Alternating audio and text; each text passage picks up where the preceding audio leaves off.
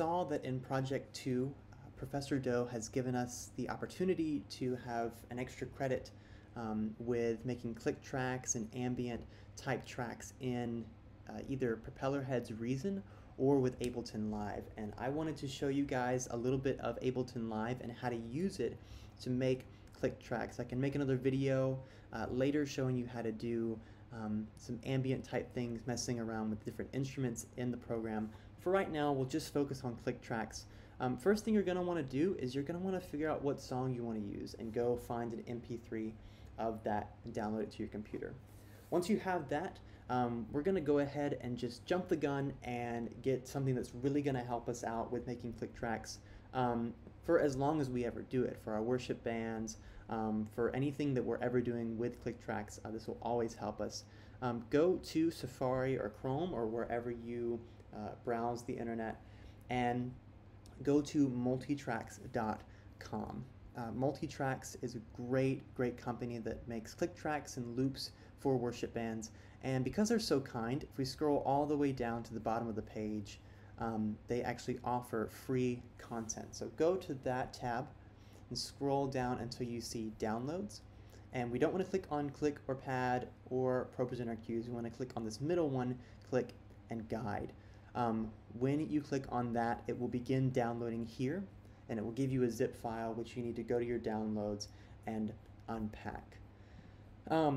Once that's all done, I will assume that you have downloaded a free trial or a standard version of Live, of Ableton Live. If you haven't, I would absolutely go and do that now. I am using Ableton Live 10, and Ableton Live 11 has not come out yet from what I remember, and so you guys should be using 10 as well. And so when you open it, it'll take a few seconds. It's got a lot of things to load, but it should look like this when you open it. Live 11 looks a little bit different, and I'm afraid that's going to be something new to get used to. But either way, once you open it, you'll see a screen like this. This is our session view. We actually won't be using this type of view. We'll be using the arrangement view from these two little buttons over here. We'll actually click over here on the arrangement view, and then this looks a little more normal to us, how we would see audio going through these bars here and going all throughout. So now what we want to do is we want to begin looking into how we make click tracks with our MP3s. So find your MP3. Mine is already highlighted here. I've been working with it already. So we want to take that, we'll click it, and we'll just drag it over. And I put it like a bar or two away from the beginning because I know that this song has a little bit of a fade in. Once you have that in there, Ableton does this really great thing because it is such a structured and really intuitive program.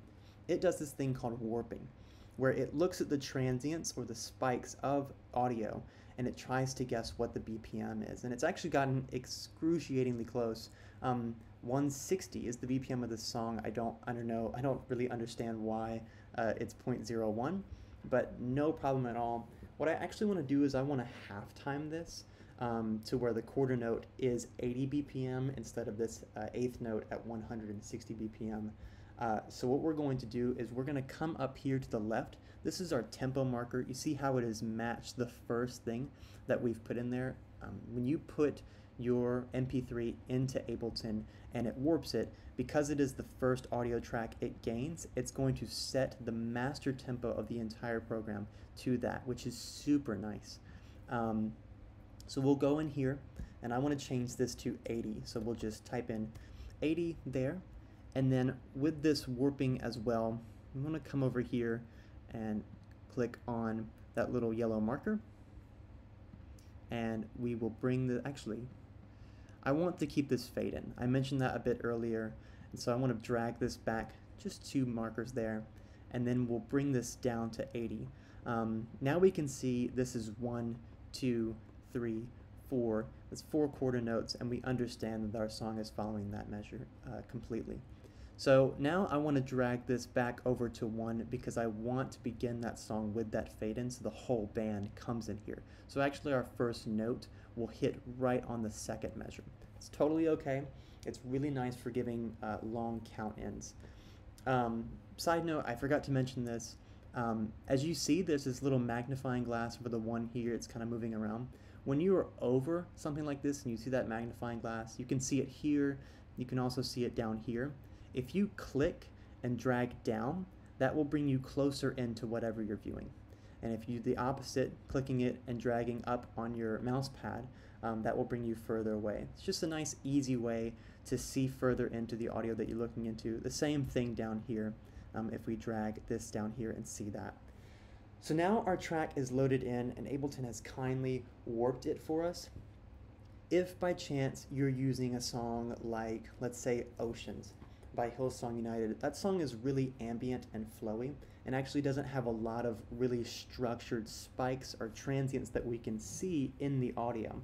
And Ableton might have a problem trying to find the BPM of this. It's going to try to go on base, anything that it can, and it's doing its best, but it just might not be perfect. And what will end up happening is your song will have different little stutters and blips in the way that it's trying to make it sound like it's all structured. I know that's a lot of jargon to give you guys, but long story short, if your song is a little more like that, or if your song just isn't matching up to the actual BPM of the song, if it's making it too fast or too slow, or you hear that sputtering or whatnot, you can come back out into Safari or Google Chrome, whatever, and let's go back to multitracks and we'll type in the title of our song.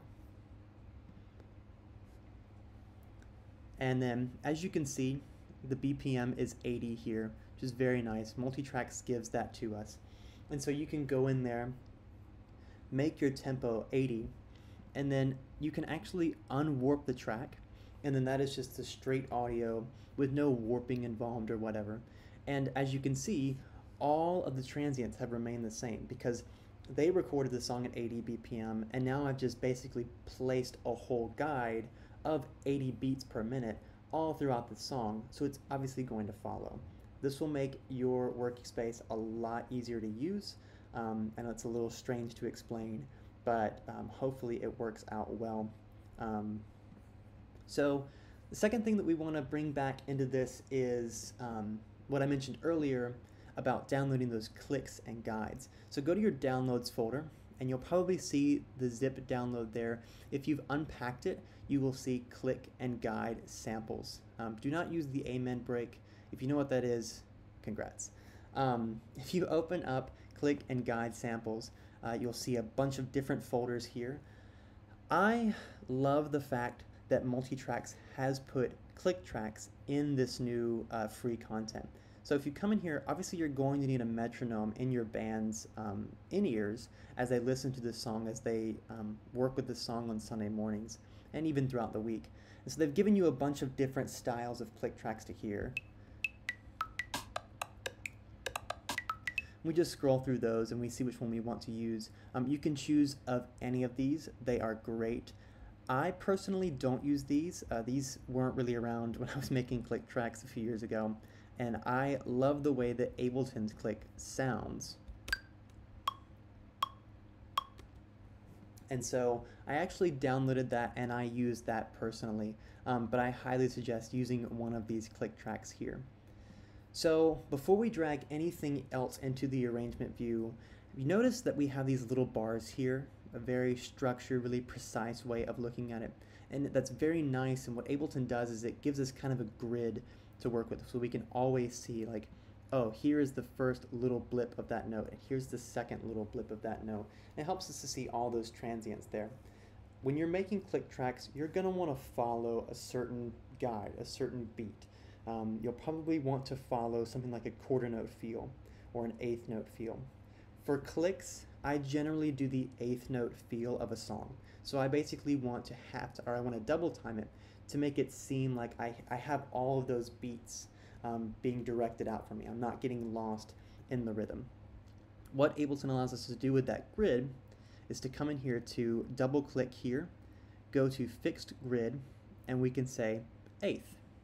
And with that, Ableton has put our grid into eighth notes. So you see we have 1, 2, 3, 4 here, and Ableton has spaced it out 1 and 2 and 3 and 4 and. Once we have that, especially good on this song, I can come down here and take my metronome that I was telling you about and drag it into Ableton. And remember that warp feature that I told you about? Because this metronome sound doesn't have a lot of different rhythms and whatever to it, when we warp it, it's not going to really change it at all. And then we can come in here to loop, and we want to bring it to half of a beat. So if we were to go up to 1, this is a quarter beat, this will bring us 1, whoops, 1, 2, 3, 4, there.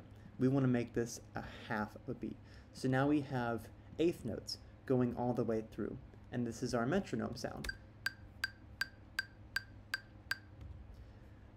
The great thing about looping this is I can come in here, drag out a little bit, and then pull this all the way over. Just from the side of the track, you'll see this little kind of bracket pull up, and you can just drag as far as the song goes.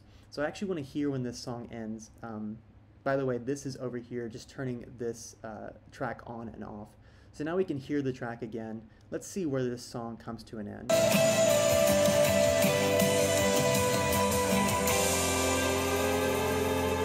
So it ends right there. As a side note, this track is a little loud for what we're doing. So you want to click over here in this kind of blue shape. This is our volume panel. And I just want to bring this down -7. This will bring it down just a couple of decibels. Actually, let's do -10, just to make sure. Makes me feel better. When you're doing that, you can finally see where this song ends. So right there. So I want to bring this metronome all the way out to this space here. And actually, I'll bring it right on that note so that we know it ends, it hits there. So now we've got our click going throughout the entirety of our song, which is nice because there's no slowdowns, there's no speed ups, it's just the same tempo throughout. So that's half of our click track. We are almost there, we're doing great. If we go back to our downloads folder, what we want to do with this song is we want to give cues, we want to give guides for our worship band, for our vocalists, for our guitar players, for our keyboardists, for our drummers, for everybody who's there. We want to be able to let them know where we are in the song besides just hearing a click. So if you know Spanish or Portuguese or French, you can definitely use one of these. I personally would use the English guides because I speak English. So if we come to the English guides, you want to go to the song sections folder. With this, you'll get a bunch of different words that are used, that we use in worship, that we use in song leading. So let's look first at this little swell in.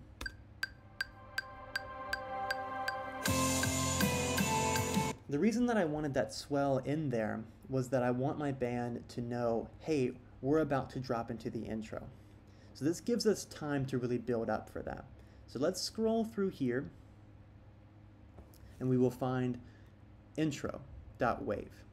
We want to drag this in here. And so now we can see intro. I personally like having a small count in there, not just hearing the word intro. I'm actually going to change this grid to 1/4 to make it a little easier understanding. I'm going to use 1, 2, 3, 4 with all of these. I've put in intro, and now I want just a slight count in so that I know exactly when we're going to hit it. So we've heard intro, and then I want 2, 3, 4 here. So I'm going to scroll up here to all these numbers and just put 2 in the second slot, 3 into the third, and you guessed it, 4th into the 4th one. So now we can come up here and play this track or hit the space bar. Intro, 2, 3, 4.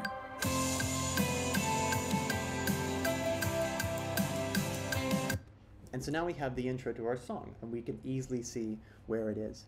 Same thing with the verses. We can come over here and see where they are.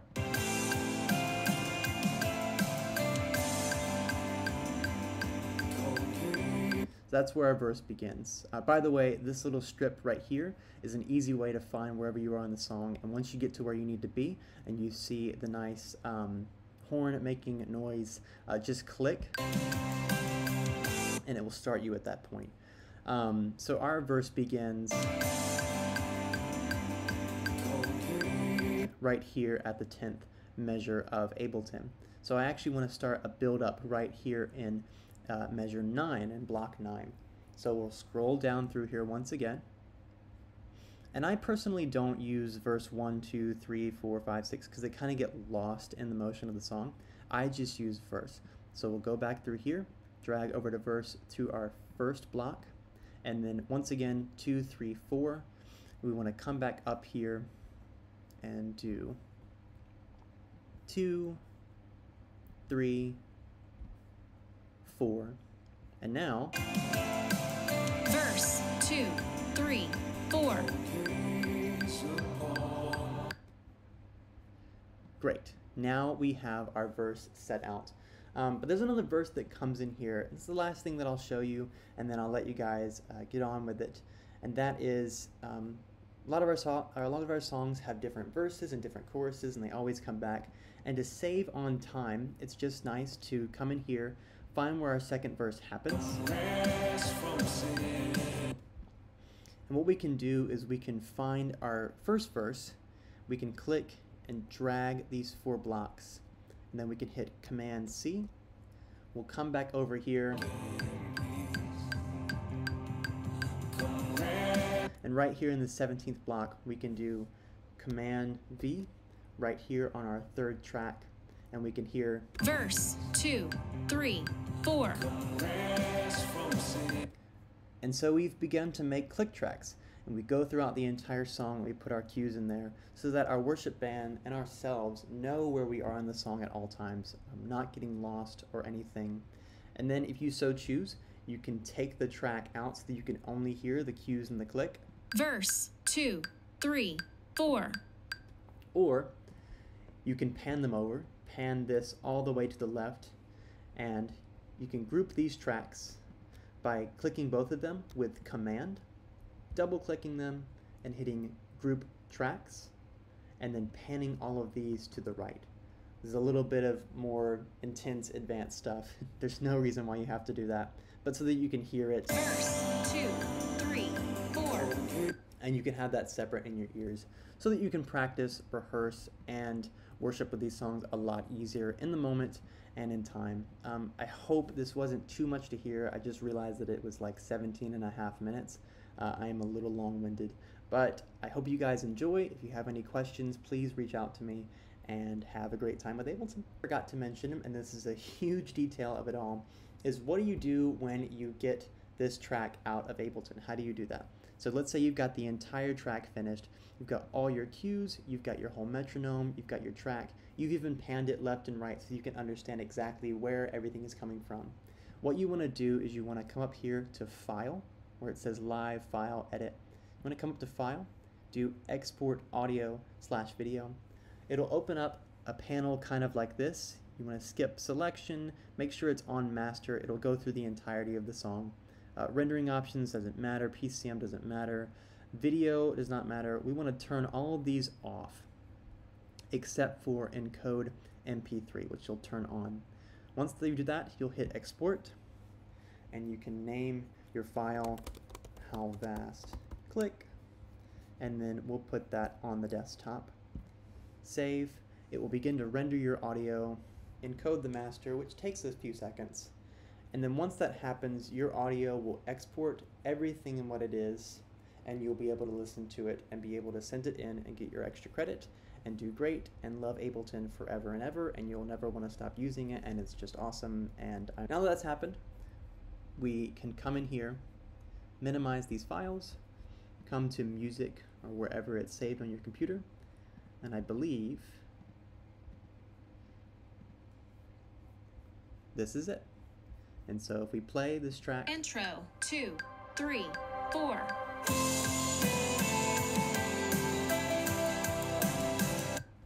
you've made yourself a click track.